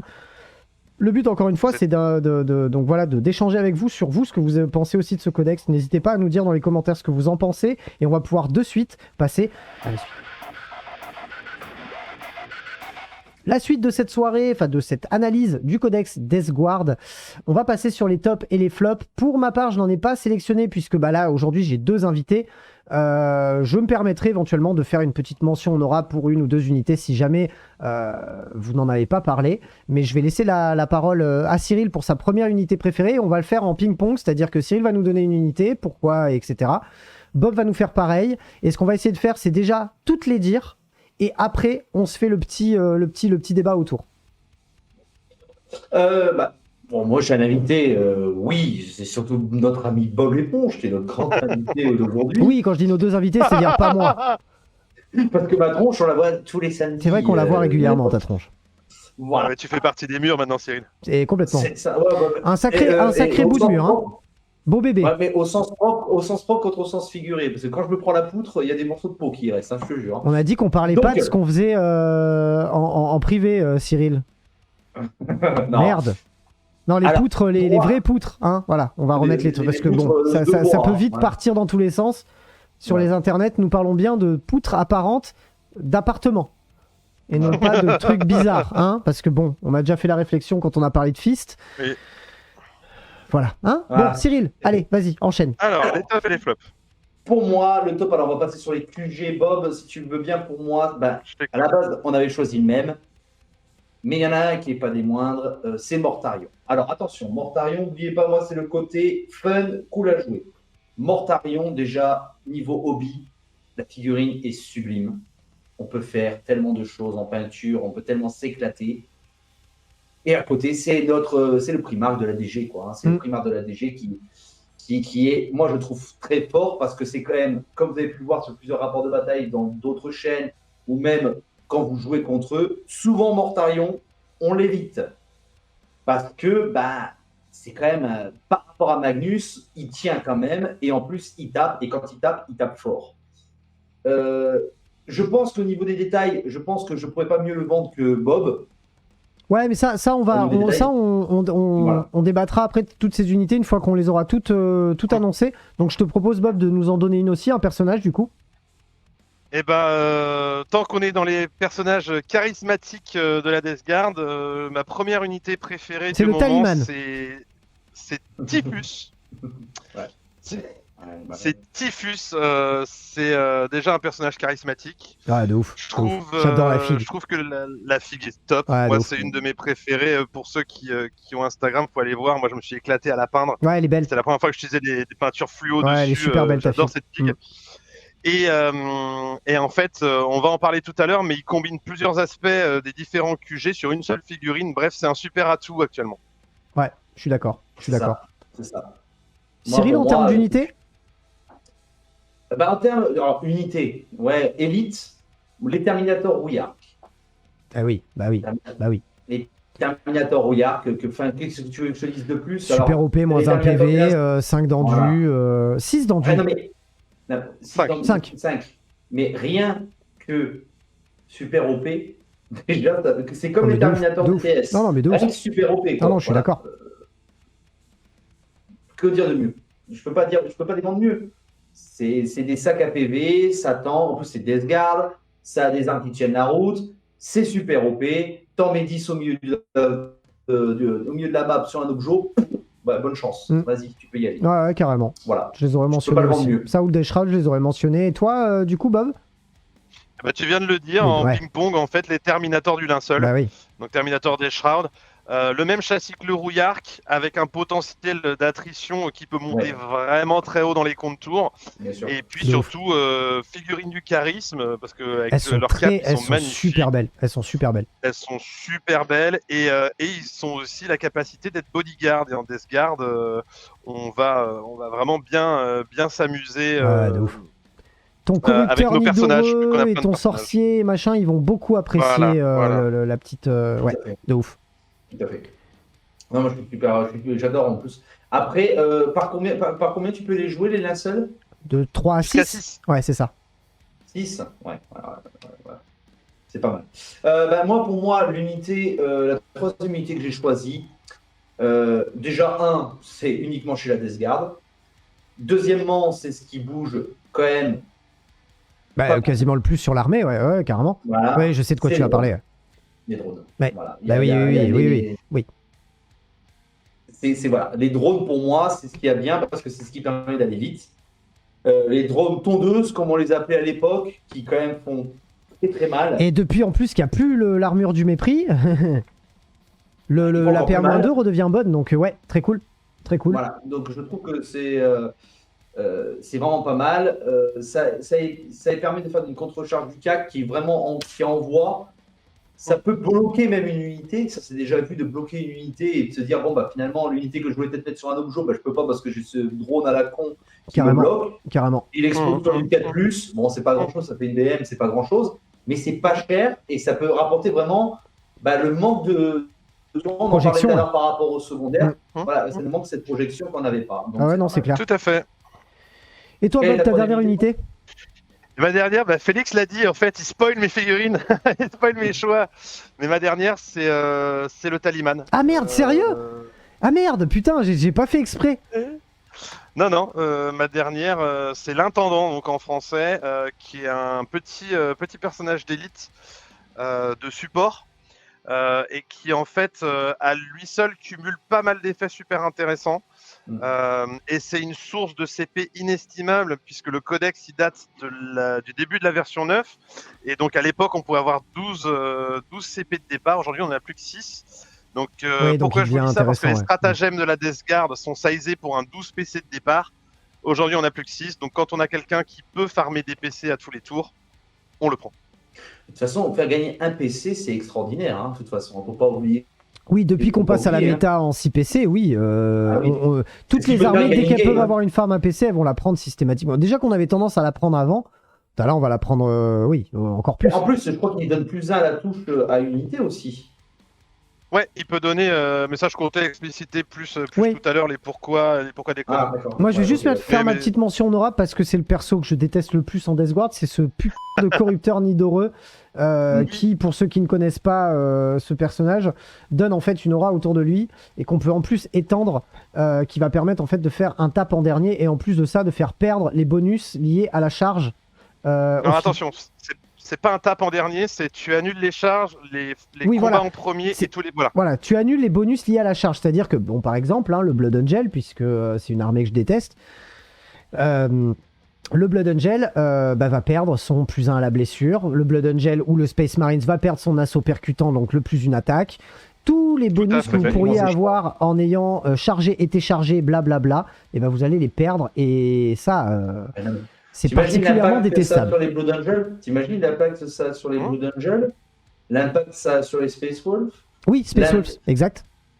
Attendez, il y a en termes de tricks rigolos, comme ça, en fait, vous faites perdre le fait d'avoir chargé à l'adversaire. Oui, le fait d'avoir chargé, c'est-à-dire tous les bonus liés à la charge, c'est ça, c'est même perdre, en fait, le tap en premier, du coup. Mais pas que. Par exemple, on prend un prince tyrannide. Vous savez, le prince tyrannide, il peut sortir de son décor, faire 17 pas, vous charger, et ensuite, grâce à un stratagème, il peut repartir en arrière. Ouais. Sauf que pour utiliser ce stratagème, il faut avoir chargé. Ah, dans l'aura du full, vous ne comptez pas comme ayant chargé. Donc en fait, le prince tyrannide, il vient, il vous charge en pensant qu'il va repartir. Et en fait, tous les strats qui sont liés au fait d'avoir chargé, ils sont cancel. Donc le corrupteur nidoreux, c'est une très très bonne unité défensive. Et Félix, c'est un très bon choix. Ouais, moi c'est j'ai même un autre truc, par exemple, tu joues White Scar. Moi j'en ai une autre, par exemple, tu tombes contre un White Scar qui joue beaucoup d'Outrider. Bonjour, j'ai chargé, t'es plus 2 attaques, non, t'en as pas. Ouais, c'est mort. Voilà. Non, tu t'amoindris de ouf beaucoup d'armées de corps à corps ou d'unités en tout cas basées sur le corps à corps. Et donc là, voilà, c'est le concept du blob central où tu vas avoir la moitié de ton armée autour de ce mec-là. Et tu sais que le mec, s'il vient, il va prendre tarif. Il y a il y a une remarque de Vincent dans le chat qui est très pertinente. C'est vrai, il dit qu'il peut plus repartir en arrière depuis la data slate. Mais en fait, c'était avant, effectivement. Avant la data slate de janvier, il pouvait utiliser le stratagème pour repartir, le prince tyrannide. Là, effectivement, il ne peut plus. C'est juste. Mais en tout cas, ce stratagème tyrannide ne permet, dans l'aura du full, ne peut pas être activé. Oui, exact. Oui, parce qu'il est considéré comme pas ayant chargé. Qu'est-ce que vous avez de particulier à échanger par rapport à vos goûts du figurine, enfin les top entrées du codex. Bah, je pense que tout a été dit plus ou moins. Déjà, en ce qui concerne les Terminators, je pense qu'on n'a pas besoin d'énumérer. En KO, on sait très bien que les Terminators, c'est des unités qui sont presque auto-includes. Oui, de base, oui. Dans n'importe quel domaine. Hein. Oui. Tu vas chez les Thousand, c'est auto-include parce que c'est très fort, c'est très chiant et c'est imbutable. Tu vas chez ADG, c'est plus ou moins pareil, mais en plus, il y a un système d'aura, il y a un système d'armes qui tiennent la route. Les linceuls, on n'en parle même pas. Ça tape en plus. C'est des mecs qui sont poètes. Hein. Faut pas dire plus. Mais. Voilà. Tu mets Typhus en plein milieu des linceuls, bonne chance. Hein. Vas-y, amuse-toi avec les interventions héroïques qui vont bien, avec les trucs qui vont bien. Ça tape très fort. Mortarion, moi, sur mon coup, je l'ai fait parce que c'est le côté cool. Je ne sais pas s'il va y avoir des armées compétitives qui vont vraiment le jouer parce que c'est quand même beaucoup de points. Ouais. C'est-à-dire que c'est quand même une certaine perte de points, surtout s'ils meurent, un peu comme Magnus chez nous, chez les Thousand, même s'ils sont très forts. Mais malheureusement, c'est que le problème, c'est que tu as tellement de quoi jouer dans ton codex que tu as tendance peut-être pas forcément à le prendre. Par contre, à côté, à la différence de Magnus ou des autres primarques, alors peut-être en gros, il n'est pas encore sorti, on verra ce que ça donnera au niveau du méta, on n'a pas testé, donc on ne peut pas savoir. Non, mais rien que par rapport à Abaddon, on a le coup en point et les profils le comparat est super dur. On a le coup en point et le profil de Angron, on les a déjà, oui, on les a donnés. Mais comment ça va s'adapter ? Oui, mais comment ça va s'adapter par rapport au codex ? Parce qu'on ne connaît pas les strata, on ne connaît pas. C'est vrai. C'est vrai qu'on n'a pas les strata encore, ouais. Ça a pas donc niqué, on ne sait pas ce qui peut être mis. On sait qu'en gros, ça va être. Il va envoyer de la tartine, hein, lui, il va envoyer de la tartine. Mais Mortarion, paradoxalement, il envoie de la tartine, il tire, il fait de la magie. Bon, certes, c'est pas la magie des Thousand, mais il fait de la magie qui peut buffer des choses qui sont pas mal. Puis il va attirer les tirs. Un mec qui connaît pas trop ou quoi, il va se dire oula, lui, il est trop menaçant, il va falloir que je focus dessus. Et en fait, pendant que tu focuses dessus, tu t'occupes pas du reste, quoi. Mine de rien. C'est un élément au but, un peu comme Magnus ou les dieux du changement chez les démons. Donc je trouve que Mortarion, il a sa place en niveau. En plus, ça fait toujours plaisir de sortir de son primarque, ça c'est ça. Ouais. La figue est magnifique. Alors Mortarion, si je peux apporter un complément. D'abord, comme tu l'as dit, c'est une figurine qui est cool, elle est magnifique en termes de charisme. En match amical ou en match pas prise de tête, Mortarion, il a quand même deux problématiques. La première, c'est que si votre adversaire a de quoi le gérer, vous allez le perdre au tour 2 et vous allez le ranger et vous allez être frustré parce que vous aurez perdu 450 points d'armée. Un quart de ton armée, ça fait chier. Ouais. Moi je sais, Magnus est parti chercher de la moutarde, il est jamais revenu. Hein, tu sais, donc, oui, je me souviens de ça. Ouais. Voilà. Et en même temps, si votre adversaire a pas de quoi le gérer, quand je parle en niveau amical, en fait, Mortarion il va raser l'armée tout seul et votre adversaire il sera un peu dégoûté. Donc, si vous voulez jouer Mortarion en amical, prévenez bien votre adversaire et mettez-vous plutôt d'accord sur ce que vous allez jouer. Prévenez votre adversaire avant de sortir Mortarion, je pense que c'est plus sympa. Ouais, je pense aussi. Ouais, t'as raison. Par rapport au niveau compétitif, moi je vous le dis clairement, il y a peu de chances qu'on voit Mortarion tout de suite, pour deux raisons. La première, c'est qu'il vient de perdre Armor of Contempt. Ça veut dire qu'en fait, on peut le saturer à PA-1. Il n'a qu'une sauvegarde à 3+. Donc en fait, sa 3+, elle monte à 4+, tout de suite. Et donc en fait, on va le saturer. Et on va me dire, oui, mais Bob, il a une endu 8, il a un Philopane à 5. Ça n'est pas suffisant. Aujourd'hui, quand vous avez des votants en face de vous, vous avez du Space Marine qui a récupéré la PA-2, c'est pas possible. On le sait déjà. Mortarion, en général, Mortarion, il a une invulnérable à 4, mais du coup, il se prend une pluie de grêle tellement forte que, en fait, tu sors, t'en prends plein la tête au tour 1, t'en prends plein la tête au tour 2 et tu décèdes. Et c'est 450 points, c'est dur. Et en plus, quand t'as des railguns en face ou des railguns là sur les forteresses, voilà. Là où le bas blesse par rapport à Arcophomène, et je trouve que Game Workshop pour le coup a déconné, c'est qu'on sait déjà que Angron il coûte 370 points ou 360 je crois, et qu'il a une 2+ de base. Je trouve que ça aurait été sympa. Alors, on a déjà parlé avec Félix, mais il ne faut pas oublier une chose, c'est qu'en gros, il ne va pas faire de magie, il ne va pas tirer. Donc, je suis d'accord. Ouais, mais bon, enfin Morty pour ce qui tire, excuse-moi, et Magnus. Je suis d'accord. Oui, et en plus, Magnus, il fait une pluie mortelle, Magnus, quoi, tu vois. Je te dis, c'est juste que Games aurait pu adapter le coup de Magnus et de Mortarion à la sortie d'Angron et leur faire perdre au moins 50 points chacun. Ah, mais même plus. Honnêtement, il faudrait moi, pour moi, ces mecs-là, il faudrait les mettre sur la même ligne qu'un Angron ou qu'un Abaddon. Parce que déjà, de base, ils sont moins bons qu'un Abaddon, par exemple. Mais ils coûtent beaucoup plus cher. C'est, Non, mais moi, ce qui Une- me gêne, une- moi, je pense que Une vous fois êtes plus, d'accord. Armor of Contempt, c'est chaud, Non, frère. même pas. Alors, moi, ce qui me gêne, et je pense que vous allez être d'accord avec moi, Vas-y. c'est que oui, il a une 3+, oui, il a une 6+ Sinopène, à la rigueur, tu le laisses. Mais quand tu 5 vois plus que tu as Sinopène. 5+ Sinopène, quand tu vois que tu as Gasgul, tu vois que tu as Abaddon, excuse-moi, Abaddon, c'est pas Mortarion, Abaddon, c'est pas Magnus, Abaddon, c'est pas Mhm. Amon. Mais leur dire, bah, vous pouvez pas perdre autant Ouais, de la points tranche de PV, à la rigueur, ouais. tu vois. Ouais, mais il y a, ouais. il y a une différence entre les deux, c'est que ton Mortarion, tu peux pas le cacher, tu vois, il fait 18 PV, ton Magnus, il fait 18 PV. Eux, ils peuvent se cacher à l'intérieur des petites unités, ils ont moins de PV, certes, tu vois, mais ils ont comment on appelle ça, un PV cap, en fait, ils ont un cap de Oui, PV c'est qu'on ça. peut pas leur faire perdre en plus. Mais c'est légitime, ça leur permet de durer un peu sur le champ de Mais bataille. ça, je suis C'est carrément pénible, d'accord. Mais il y a des constructions d'armées qui permettent de les tuer. oui, Ils sont bien pas sûr. invincibles. Mais je trouve que mine de rien, par rapport au coup en points, ça serait légitime aussi. En plus de ça, comme ces personnages-là sont des plus petits personnages, ils ont moins de PV, bah, ils sont écrantables, etc., etc., etc. Et en plus de ça, ils peuvent pas perdre un certain nombre de PV par phase. Et ces grosses figurines qui coûtent en plus cher et qui au final, il faut pas se leurrer, c'est quand même moins bon qu'un Abaddon. Bah, en plus de ça, ils ont pas de limite de perte de points de vie, donc en fait, on va pouvoir les saturer très rapidement. Ça pourrait être, on pourrait les imaginer, tu sais, comme le buveur de sang, parce que le buveur, lui, maintenant, il a un face cap à 8, tu vois. C'est ça. C'est cool. Ouais, je pense que ça serait Ou pas par déconnant exemple, de faire ça. T'as raison, Au moins de Cyril a des drastiquement raisons les sur ce baisser point, ouais. ou de Ouais, ou drastiquement sinon- les baisser en points, quoi. Déjà faire ça, ou sinon faire comme les Ducs du Changement. Les Ducs du Changement, ils ont tous pris des points de vie. Ouais. Ils sont Oui. passés à 24 ou 22 points de vie, je ne sais plus exactement. C'est ça.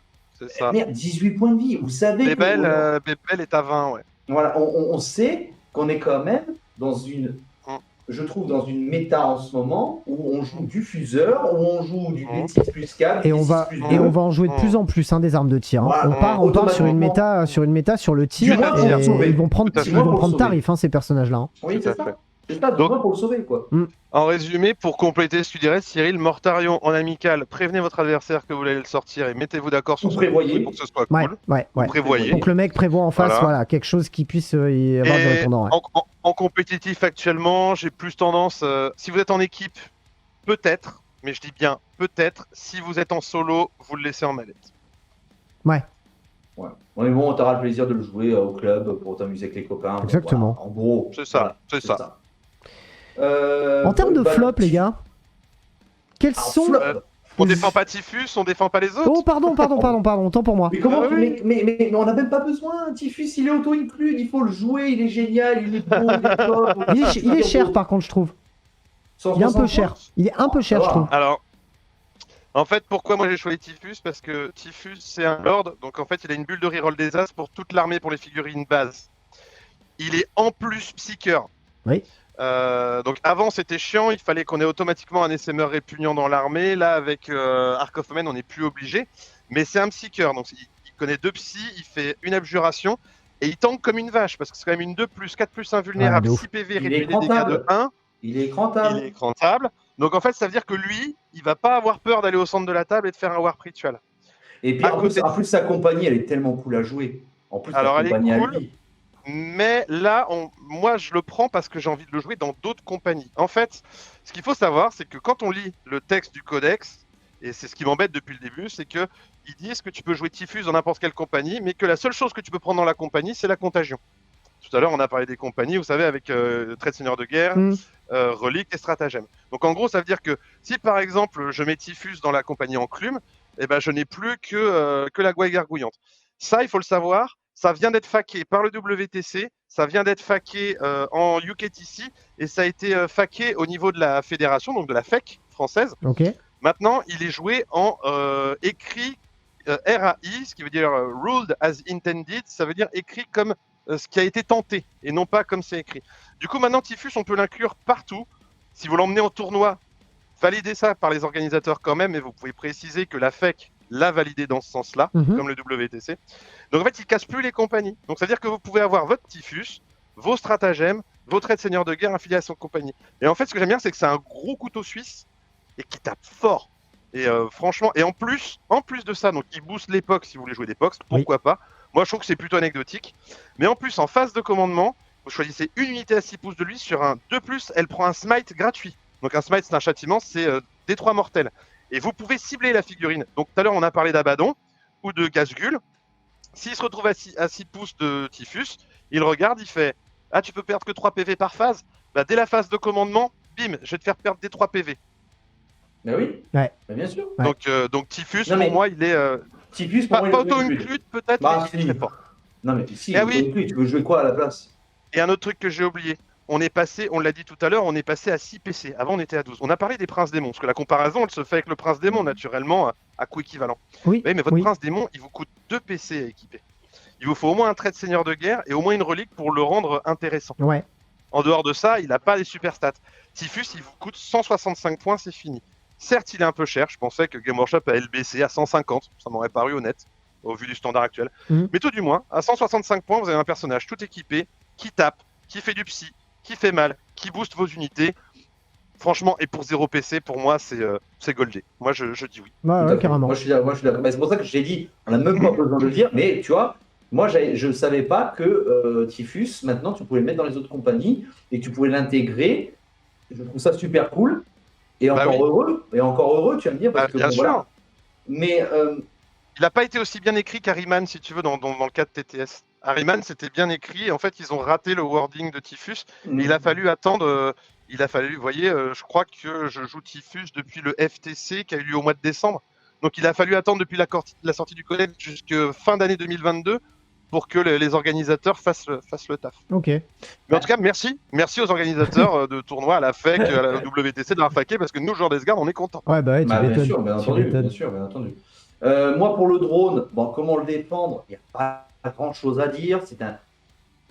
C'est la mobilité qui manque à l'armée, il y a ce stratagème d'intervention héroïque, la tondeuse qui redevient bonne parce que l'Armor of Contempt a sauté. Non. Voilà. Et puis maintenant que tu payes plus les équipements, même si tu veux faire une panoplie, une petite essaim de drone, tu arrives à jouer du drone, tu peux mettre des armes qui tiennent quand même pas mal la route. En plus, ils sont, si je dis pas de bêtises, armes de la peste, les armes de... Oui, voilà. Tout à fait. Tu fais de la reroll à la blesse. Force 7 avec l'aura de contagion, tu blesses à 2 plus reroll des as, t'es mobile, t'as le stratagème d'intervention héroïque, t'as 2 stratagèmes auxquels les gens ne pensent pas forcément, mais un stratagème qui vous permet, pour chaque figurine que vous tuez au corps à corps avec la tondeuse, vous récupérez 1 point de vie sur votre drone, jusqu'à un maximum de 3. Voilà. Donc très désagréable. Et l'autre stratagème, ça s'appelle Fléau rampant. En fait, des fois, vous allez manquer un peu de punch pour finir l'unité. Et en fait, sur un 6 pour blesser, vous allez coller une PA-4 au lieu d'être PA-2. C'est ça. Donc c'est pas celui-là, le dernier est situationnel, mais ça aide. Donc le drone, je suis entièrement d'accord, Cyril. Très fort. Ça donne du punch. Et comme on l'a dit avec Arc of Omen, le fait qu'il n'y ait plus l'Armor of Contempt, donc l'armure de mépris, et qu'en plus on puisse avoir 6 slots d'attaque rapide, oui, on va le jouer. Si je ne l'avais pas pris. C'est une unité que j'aurais pris sans mes choix. Et puis je trouve ça trop cool. Et il est trop cool. Ouais, la figue, il est anxiogène. La figue est belle, je trouve. Non, mais en plus, c'est représentatif. Moi, je trouve qu'elle est représentative de la DG. Et d'avoir un petit essaim, un petit peu comme les mouches à OS, je trouve que c'est représentatif et je trouve ça super cool. Quoi, tu vois. Ouais. Il y a un truc chouette aussi. Il y a un truc cool avec. C'est que regarde, moi, ils sont tous derrière moi là. Les drones. Ils sont tous juste là. Voilà. T'as vu le nombre que tu as? Triple drone depuis Arc of Omen, les gars. Et un truc qui est chouette aussi, c'est que c'est une unité mobile. Vous avez un stratagème dans le codex qui s'appelle Éclosion foudroyante, qui vous permet de cloner la contagion spéciale de votre compagnie et de la mettre sur une autre unité. Ça coûte un peu cher, ça coûte 2 CP, ça coûte un peu cher. Mais ce que vous pouvez faire, vous avez votre contagion de pas de reroll sur, par exemple, votre Lord of Contagion. Pour 2 CP, vous pouvez la mettre sur votre drone, et puis lui, votre drone, lui, il fait 10 pouces. Plus un dé de 6. Donc en fait, ça veut dire que ça vous permet de faire des tricks pour aller placer votre contagion où vous avez besoin. Ouais, de ouf. C'est pas évident à faire, c'est pas très méta, mais ça a le mérite d'exister et de parfois être très pénible et de créer des situations désagréables pour l'adversaire. Bref. Surtout sur certaines armées. Ceux qui ont des faibles endurances, ceux qui ont des trucs comme ça. Tout à fait. Tu peux les emmerder, quoi. Et ça vole. Enfin bref, le drone, 100%. Alors les triple drones, par contre, je pense pas qu'on les met que en tondeuse, parce que je trouve que les armes sont vraiment, vraiment bien. Moi, je pense qu'il faut 2 avec des armes et les 3 avec des tondeuses. Je pense que ça pourrait... En fait, on peut monter qu'à 3 drones maximum par liste, parce que malheureusement, c'est que 1 par slot. Ça, c'est un peu dommage. Mais bon, on fera avec. La tondeuse, c'est très bien si vous voulez aller agresser au corps à corps. Si vous êtes dans une optique un peu plus tir, le lance-peste lourd est extrêmement bien. Mais c'est bien si vous jouez les drones par 3. C'est-à-dire, si vous en avez 3 dans votre liste, vous jouez 3 lance-peste lourds ou 3 tondeuses.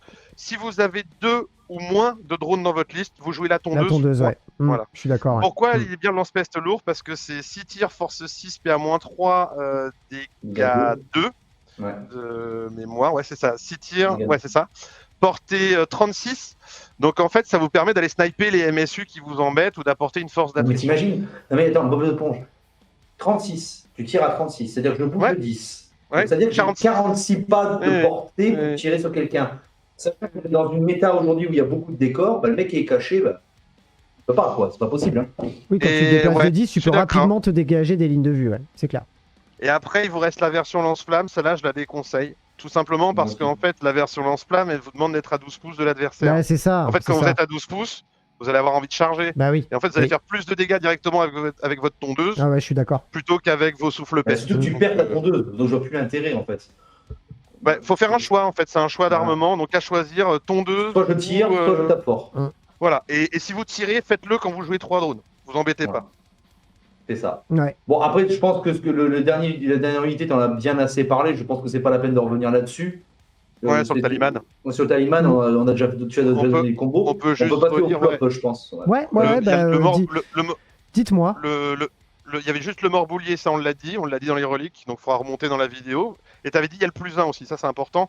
Le Taliman, donc l'intendant, il donne un +1 à une unité corps à une portée de 6 pouces en phase de commandement. Très bien sur les Dreadnoughts, très bien sur les Dreadnoughts Forge World, notamment le Contemptor qui est base. Très bien sur les Terminators, très bien sur les PM. Bref, celui-là, c'est un auto-include. Et après, Félix avait mentionné le Corrupteur Nidoreux. Donc, le Corrupteur Nidoreux en mention honorable. Votre défense anti-corps à corps, vous êtes lent. Donc, du coup, ça va vous permettre de forcer le jeu de l'adversaire. C'est ça. Le Corrupteur Nidoreux pour éviter les charges. En plus, il a un lance-flamme qui fait mal. Il met un fight à 3 pouces. Il est dissuasif. Tellement. Donc, je pense que là, on a cité. Et après, Cyril, tu as parlé des Terminators. Très clairement, les Terminators, rien à redire. Juste peut-être deux si on a le temps, un point sur chacun, mais très vite. Le Rouillard, il vient d'avoir toutes ses armes gratuites. Je ne sais pas si ça le sauvera, parce que vous pouvez moins spammer d'armes spéciales que les plagues marines. En fait, pour un pâté de Rouillard, vous avez 2 pâtés de plagues marines. Les plagues marines, ça fait 4 fuseurs, 4 lance-peste, c'est vrai. 4 fléaux, 4 hachoirs. Et sur les Rouillards, malheureusement, vous avez tout divisé par 2. Et en plus, c'est des combis. Donc, c'est un peu moins bien. Mais somme toute, eux au moins ils ont une 2+, donc c'est vrai qu'on va les jouer, soit par MSU de 5 parce qu'ils sont super OP pour aller c'est ça, c'est 4 affractis. Et puis 4+, parce que c'est 4 affractis. 4+ parce que c'est 4 affractis, soit vous allez les jouer pour prendre un objectif à 5, soit faire une grosse enclume, parce qu'en fait là où ils sont bons, c'est dès que vous commencez à les prendre par 7-8, ça vous fait une grosse enclume, une grosse éponge en fait que vous posez au milieu de la table, et l'adversaire va venir s'encastrer dedans. Carrément. Voilà, donc on va en jouer probablement. Personnellement, j'ai préféré la version linceul. Pourquoi? Parce qu'en fait, le Terminator des Shrouds, il a une attrition folle.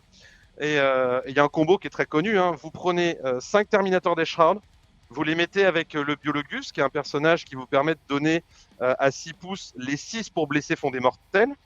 Sur ce même Biologus, vous mettez le trait de seigneur de guerre archi-contaminateur, reroll de toutes les armes des blessures de la peste. Et vos Terminators des Shrouds, en fait, ils ont une fonction fauchage ou hachage. Hachage, c'est 5 attaques, force 7, PA-3, dégâts 2. Mais nous, ce qui nous intéresse, c'est le fauchage. Le fauchage, en fait, c'est 8 attaques, force 5, PA-1, dégâts 1. Et en fait, votre but, c'est d'aller chercher les 6 à la blessure parce que vous faites des mortales. Donc, une unité de 5, ça fait 5 x 8, 40, plus les 2 attaques supplémentaires du champion, 42 attaques qui touchent à 2+. Reroll des Asiatifus, full reroll des blessures, chaque 6 fait une mortelle. La statistique, c'est 12 mortels sur n'importe quoi, plus... Il n'y a pas de limitation. Non, 12 mortels sur n'importe quoi, plus les blessures à côté. Donc autant vous dire que quand vos Shrouds, ils sont full effectifs, full buff et qu'ils chargent quelque chose, le truc s'en souvient. Oh, putain, c'est clair. Dernier exemple en date, au FTC, j'ai affronté un joueur démon qui jouait... comment il s'appelle? Vous savez, le buveur spécial, le buveur nommé? Scarbrand. En fait, il charge mes Shrouds. Il avait oublié qu'ils étaient dans l'aura du full. Du coup, je tape en premier. Je lui ai mis 13 mortels et une vingtaine de blessures. Il est mort. Voilà. Donc le Terminator du linceul, c'est votre meilleur atout d'attrition. Parce que Scarbrand, lui, attention, voilà pourquoi il peut le faire, parce qu'il n'a pas de limitation de perte de PV. Pas de limitation de perte de PV. C'est pour ça qu'il a pu le faire. Sur un autre buveur de sang que tu as 8 PV, les 8 PV, tu les aurais fait perdus, mais à mon avis... Voilà pour le top. Je pense qu'on peut passer sur le flop même maintenant. mon Ouais, cher. dites-moi un petit peu ce que vous avez trouvé vraiment pourri dans ce codex. Bah, C'est la Death Guard. Ce qui est pourri est bon, en vrai. C'est pas voilà, faux. c'est ça le paradoxe. Alors moi, j'ai mis une unité, et pourtant Dieu sait que je l'aime beaucoup, mais que c'est compliqué de le sauver, c'est le Land Raider de Nurgle. C'est pas Ouais. évident. Hein. Bah ouais, Alors, c'est cher, hein, c'est ouais. trop Pourquoi cher. C'est trop cher, et ça n'a aucune utilité en Death Guard pour moi. Non. Parce Ouais, que mettre 5 Terminators dans un Land Raider, c'est bien, ça a du canon laser, c'est bien, mais il y a des armes qui sont très très fortes. Euh, euh, il est pas... Et puis en plus, par rapport au chaos universel, déjà l'endurance, elle n'est pas de 9, alors que normalement, bon, c'est lui qui devrait être le Étant plus de la tanky, Death Guard, normalement. oui, il devrait, oui, clairement. Et je suis dégoûté. Et je voudrais, franchement, je fais un petit message si un jour Games Workshop nous regarde, ceux qui créent des figurines. Faites-nous un Land Raider avec des armes de la peste. Faites-nous un Land Raider vraiment de Nurgle. Comme on a pu voir Ouais. des fois, des mecs qui ont fait des conversions qui sont sublimes. Bah, tu vois, Cyril, à minima, juste qu'il aligne au moins sur le Land Raider du chaos Ouais, classique, bah oui. parce que le Land Raider Bah du oui, chaos carrément, classique, il a carrément. des canons laser qui font des 6+2. Déjà, ça permettrait d'y réfléchir, juste au moins. Après, il a une utilité, c'est qu'il fait à la fois, il pourrait faire à la fois plateforme de projection de tes plaques marines, comme ça ils sont au chaud dans ton Land Raider, C'est vrai. maintenant qu'il n'y a plus armure de mépris. Ouais, mais Tu tu places bouges pas ton comme Raider tu là veux où- sur la table. Tu bouges pas comme tu veux Ah, sur il est la gros, table, le char, malheureusement. Tu peux Oui, pas gros, le le char. cacher. C'est vrai que tu peux pas le cacher, C'est mais compliqué de le sauver là. Hein. si je devais imaginer une utilisation, ce serait celle-là, ce serait de servir de strapontin pour pouvoir projeter en fait mes plaques marines qui sont à l'intérieur, et en plus d'avoir une plateforme de tir maintenant au prix qu'il est et avec le profil qu'il a, je suis désolé, c'est non en fait. Pour Ouais, le non, même non, prix, non, moi je pas prends possible. le même prix, t'as 2 plaques burst scroller. Alors moi, je n'aime pas trop les Paper Scrollers parce que c'est vraiment l'unité, je trouve, la moins belle Deathguardisée entre parenthèses. Mais oui, elle est plus forte. Mais par exemple, regarde, les Predators. Les Predators, Ouais. faut pas oublier qu'ils sont, Ouais. eux, ils sont buboniques à Startès. Par contre, eux, ils ont le trait, Ouais. eux, tu vois. Donc c'est-à-dire Ouais, que ils ont tu peux le mettre trait, les ouais. stratagèmes, tu peux mettre le stratagème. Pour le prix d'un Land Lequel Raider, t'en as 2. Lequel stratagème? Je sais plus c'était lequel qui nous avait sorti Mathieu, s'il te plaît, qui s'est fait avoir, qu'il a cru que le Paper Scroller il pouvait le faire et que finalement il a pas pu. Tu te rappelles pas Ah non, toi, de- à la règle, ouais, non, en fait la règle c'est qu'ils ignorent le mal. C'est bon, j'ai compris. En fait, Ouais. c'est le trait d'armée qui s'appelle Advance Inexorable. Ouais. Et en fait, le Blackburst Crawler l'a pas. En fait, Advance parce que c'est une machine démon. Par contre, comme tu l'as dit, les autres ont Bubonica Astartes, Cyril, c'est très juste. C'est qu'en fait, quand vous tirez au corps à corps avec votre véhicule, vous ignorez les malus, le malus de -1. Ok, Mais ouais, t'imagines, en ok. fait, un Land Raider C'est pas mal. qui tire au corps à corps, il touche à 3, en fait. Ouais. Et pareil pour un Pred, c'est pas mal. Mais le Non, problème, mais c'est que c'est des ce que je veux dire, c'est trop cher, quoi. Moi, Oui, mais oui, c'est même non, pas non, je suis ça, d'accord. c'est que, regarde, je vais te donner un exemple aussi pour te dire à quel point c'est décevant, ces unités-là. C'est que tu prends le Codex Thousandson, quand tu prends un Predator, si tu as envie d'en prendre un, il a une 5+ invulnérable parce qu'il récupère Arcana Astartes. En Death Guard, nous, aucun des châssis standards, ils ont eu droit au -1 dégâts. Mm. Nous, on se serait attendu à avoir la règle d'armée partout. Ah, On bien l'a sûr. pas. Et en vrai, à chaque fois que tu prends une machine démon à côté, tu fais mieux. Tu as un meilleur tanking, tu as une Bah oui, sauvegarde bah oui, invulnérable, c'est tu as ça. -1 dégâts. Mm. Donc en fait, tous les chars basiques, tu les mets à la poubelle. Ouais, ouais, et tu les c'est prends ultra pas. Ouais. triste. Quoi. Non, je suis Mais en d'accord. même temps, t'en as pas besoin. En vrai, t'en as pas besoin. Oui, il y a Alors tellement bon, d'autres c'est pas choses à le but. mettre. C'est Ouais, pas ouais, le non, but de mais la Death carrément. Guard. Mais bon, il fallait bien citer une unité qu'on trouve mauvaise. Et toi, Bob, du coup, c'est laquelle que tu as éliminé direct du codex, là, comme ça? Alors, j'ai plusieurs déceptions. En mention honorable de la déception, j'ai le chirurgien. Ouais. Parce que 65 points pour donner un feel no pain à 6 et juste guérir ses potes, bah non. S'il faisait de la résurrection comme l'apothicaire Space Ouais. Marine, oui. Oui, carrément. Mais la figurine qui me déçoit le plus, et en plus je la trouve stylée, c'est le Délabreur délétère, ou Noxious Ah, c'est Blightbringer. celui qui a sa grosse en planche anglais. dans le dos, là. Voilà. Moi, je l'aime bien. C'est une figurine que je trouve belle. Oui, la Elle figue est est jolie. super ouais. cool Mm. visuellement. Mais en fait, son effet, il est nul à chier. C'est quoi, elle Parce donne qu'en un fait, film il de donne- pain, elle, c'est ça? Non, Non. il fait bouger plus de 1 pouce en plus ou de 3 pouces. Ouais, je sais il plus. donne non +1 en pouces, Ouais. +1 à la distance de mouvement aux unités à 6 pouces base seulement. Ça marche pas sur les POX. Ça marche sur les marines, sur les Terminators. On va me dire oui, mais Bob, quand même, ça gagne une phase de mouvement sur la partie. Bah oui, mais moi, ma phase de mouvement, les gars, moi, je la paye pas 60 points, vous voyez. Ouais, c'est ça, c'est Donc, que c'est cher, je trouve, et en pour ce que plus, ça fait. C'est ultra cher pour ce que ça fait. Et ce qui est dommage en plus, c'est que bon, il a un autre effet sur le moral et les tests d'attrition qui peut être pénible sur l'adversaire. Il fait des mini-moral bombes, mais ça vaut toujours pas son coup en point.